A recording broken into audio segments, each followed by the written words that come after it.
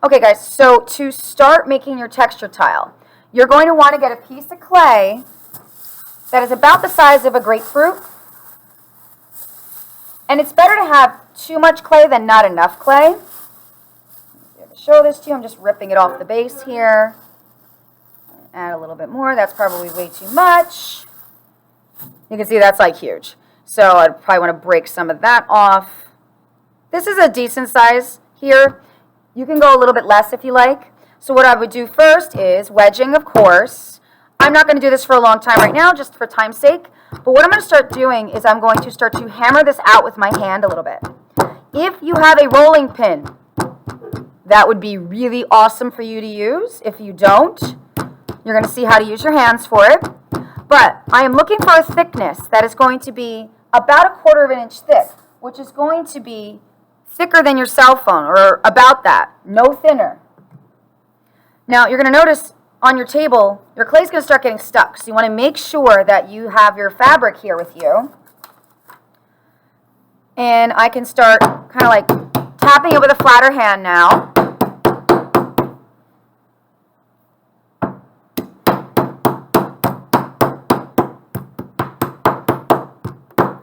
Make sure you hit towards the center a lot, because that's where it holds a lot of the weight. Okay. Now I'm going to flip it over again, and usually the side you weren't just hitting is going to be nice and smooth. So that'll work out for you. Then we need our design. So I printed my design out. In order to help me kind of position it on the clay better, I'm going to cut it out. Now, depending on your design, you can make it a square, a circle, an oval. You can make it more organic like Miss Petrozello did, but make sure it looks like it's on purpose and not that just you're being careless with the edge. You want to make sure that is cut and clean. So now I have my design, place it on the clay. The great thing about the clay being a little wet is I can just gently press this down and the picture will stick for the most part. Now we need to transfer this. So to transfer it, this is different than transferring onto dry clay like we're going to do for our carvings for our pinch pot. So keep that in mind. I am going to grab our kebab stick. Or you can even grab a pencil. I prefer the pencil because it doesn't stab as easily as the kebab stick. But you are inevitably going to stab into this. So I'm just going to kind of press around the whole outline here. And as you can see, it's going to leave a line behind. Make sure you get everything on here. If there's stuff that you don't want on here, you're more than welcome to not add it. Like right now, I'm not going to add the whiskers on. I don't know if I want to put them on here yet or not.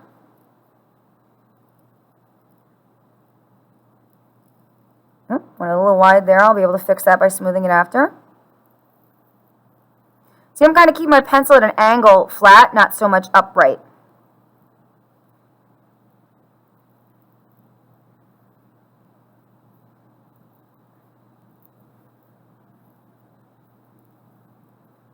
And another major thing, don't forget to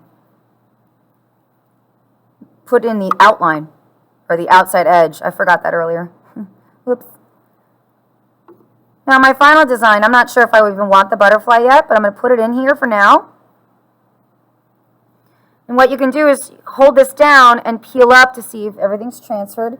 Now the transfer is very light because I did a pencil instead of the kebab stick. So if you notice when you pick up an edge that it's really not fully on there, I recommend you just go over your lines carefully with that kebab stick and see if you can get the rest of the design on there. But what I would do is kind of peek up an edge to make sure that you can see the design itself, which I can. Don't worry about all the excess little paper that's left behind. Now you're going to go through it and bring these lines back out. Now your lines are going to be crusty and messy at first. What we're going to do is while the clay is wet, that is when the textures are pressed. Mess that up a little bit. I'm just going to bring that back like that. If you let your clay dry and you did not do your textures, you have to start over.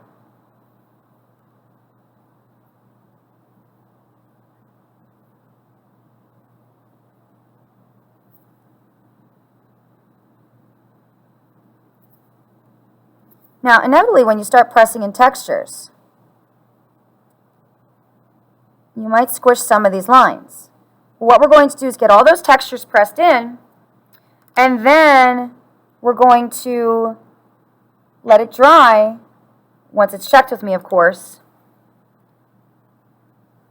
And then we're going to carve these outlines back out again so they're nice and neat and clean. Otherwise, if you don't have these outlines, it's going to be a texture mess. So now's when I'd press those textures in. So you have to be careful when you're pressing them in that you don't squish everything too much. But for example, maybe I'm going to take the end of this tool here. Layer little triangles.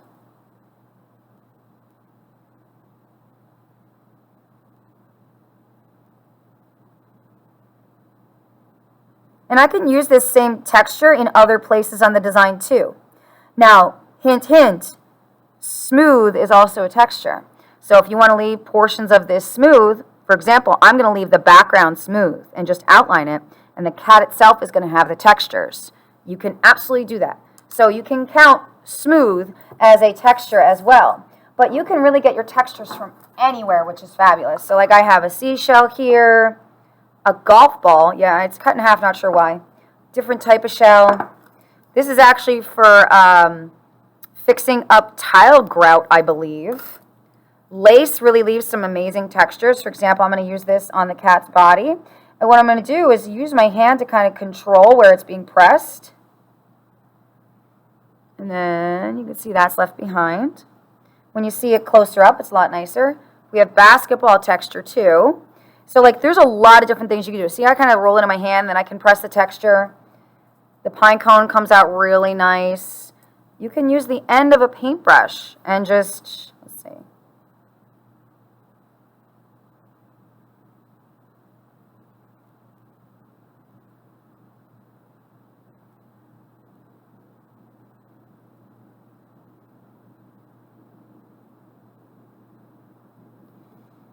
Okay.